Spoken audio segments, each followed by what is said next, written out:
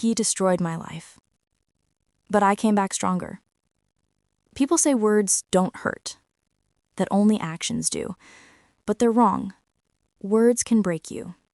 They can quietly tear apart the person you love most without leaving a single bruise.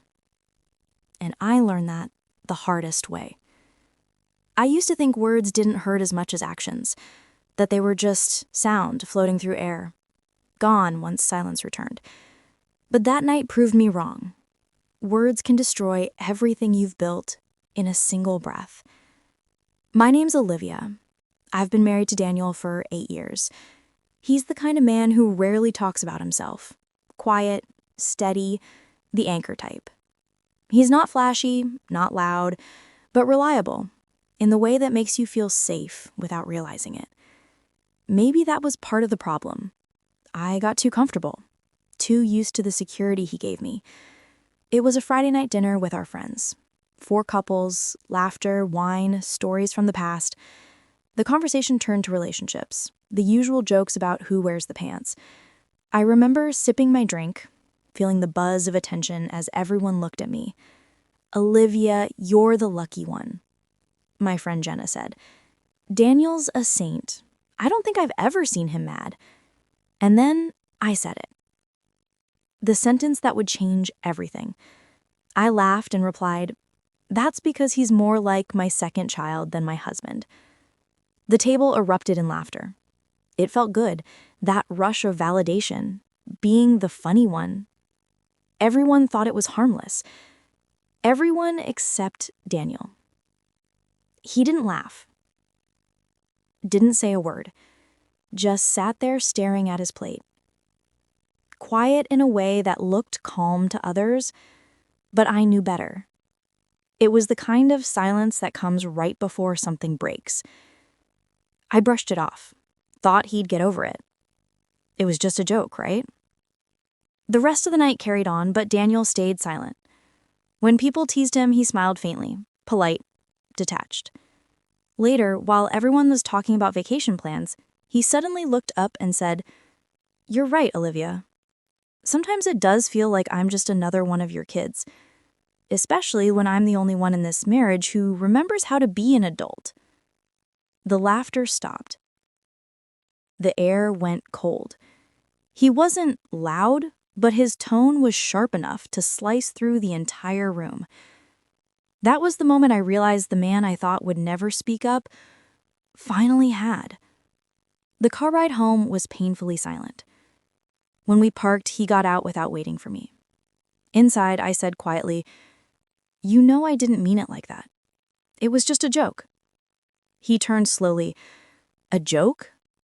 You embarrassed me in front of our friends, and now it's a joke?" I tried to stay calm. "Everyone jokes about their partners, Daniel. You're taking it too seriously." He looked tired. "No, Olivia.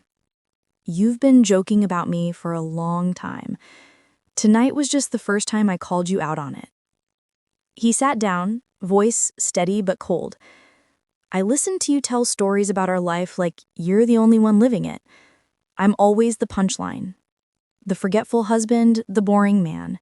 And I let you, because I thought it made you happy. But tonight I realized something. You don't respect me anymore. You just like how people see you when you joke about me." My throat burned. I said, "That's not true. I love you." He shook his head. "No. You love the version of me that doesn't speak up."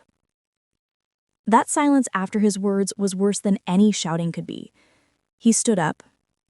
"I think we should take some space. I need to remember who I was before being someone's punchline." And then he walked into the guest room. The quietest goodbye I'd ever heard. The days that followed felt empty. We lived under one roof like ghosts in separate worlds. A week later, I came home, and his things were gone. On the kitchen table lay a note.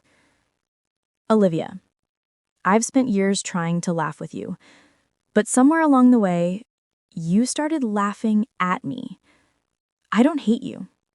I just need peace. The kind that doesn't come from pretending everything is fine. Take care of yourself. Daniel. I must have read it 100 times. No anger, no accusations, just quiet disappointment.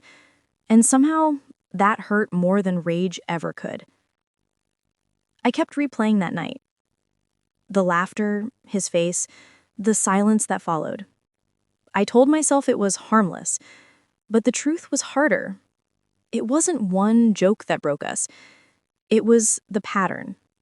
The little digs, the careless moments when I chose attention over affection. I made him feel small to make myself feel seen. A few weeks later, I went to return his watch. He looked lighter, calm in a way I hadn't seen in years. I read your note, I said quietly. You were right. I stopped respecting you without realizing it. He nodded gently. I hope you learn to stop doing that, not just to me, but to anyone who loves you. That was the last time I saw him. Months later, I still catch myself pausing mid-laugh at a friend's joke, remembering how easily words can cut deeper than knives.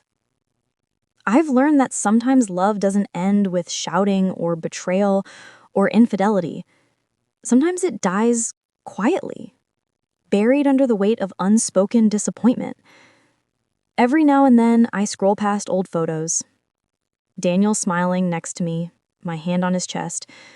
Back then, I thought we were perfect, but now I realize we were just comfortable.